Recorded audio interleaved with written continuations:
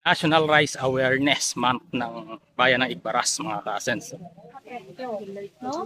Kag, di ba, ang federation, kami ang marketing arm, and then pasa ina sa mga asosasyon. Ang mga asosasyon, no, sila ang gabaligya sa ila ka barangayan. Kay diri sa Banuas ng Igbaras, every barangay has a farmers association.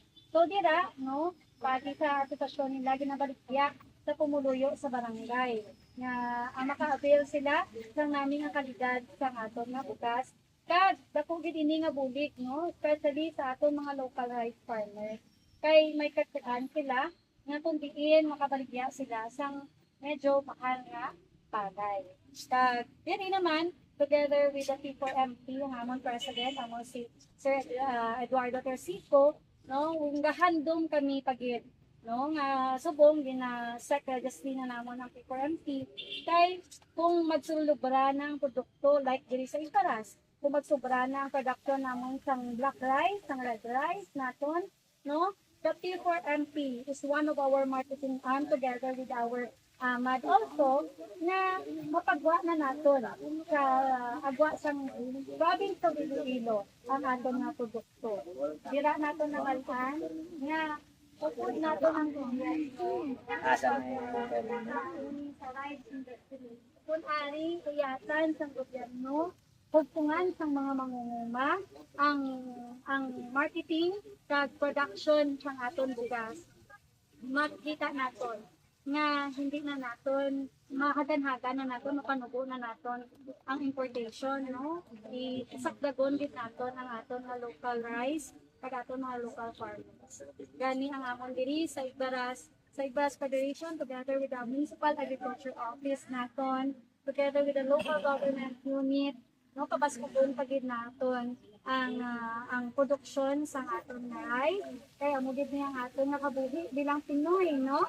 So ang mambal ko gid ang paghugpong sa aton gobyerno, sa aton mangunguma, at aton mga negosyante, no, amo gid niya ang makaisa nga makapadako sa aton ekonomiya. Kaya ang aton one of our hero are the farmers nga amo na ang balila nga isala naton kinanglanon ng buktot, isala naton kinanglanon ng mga abogado, pero sa adlaw-adlaw nga tanan, 3 times a day, kinanglanon naton ang mangunguma nagapakaon sa aton sa adlaw-adlaw nga tanan. Gani kami sa Igbaras Federation of Farmers Association, the local government unit of Igbaras, we salute you all farmers, no, kamo ang among na hero.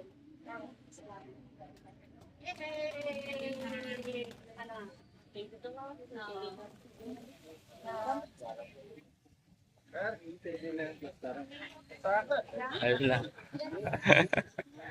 Yung mga mga farmers. Hello. Anong meron dyan, SB? Hi!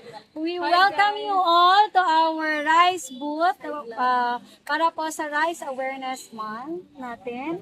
So, ginaagdagid naman ng mga Ibarasnan nga sakdagan ang aton nga local nga mga produkto, no, nga pagi sa bugas, no, may jacket nga red rice nga puto, may jacket nga black rice nga puto. And our special, our rice coffee from Buyuan. No, kadto na, dali na sa Igbaras. Lutob san o? Until tomorrow. November 20. Dito yan matatagpuan sa Tubangang Kumbento.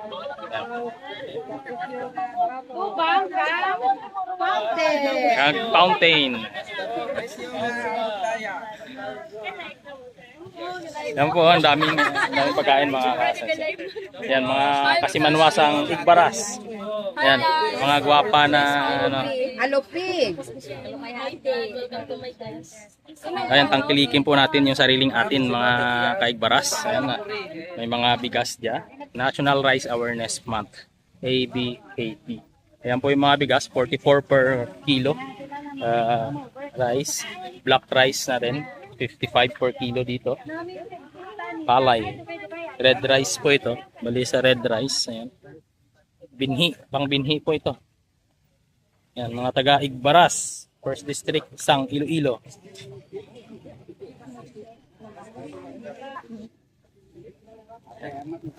Black rice, ayan, red rice. Kaga ang aton nga gwapa na kaga sa inyo. Ayan. Leche plan. Ayan, may leche plan sila dito. Ayan, local made po yan ng Igbaras. Ayan. Mga banana chips. Ayan. Gawa sa Igbaras, Iloilo. Ayan, First District. May Valenciana. Okay na. Tapos may palay. Gusto nyo magtanim. May buko. Ayan, mga farmers. Ayan, pagka nainitan kayo, may fountain tayo dito. Parang to sila ma'am. Ayan, punta na po kayo dito sa Banwasang Igbaras.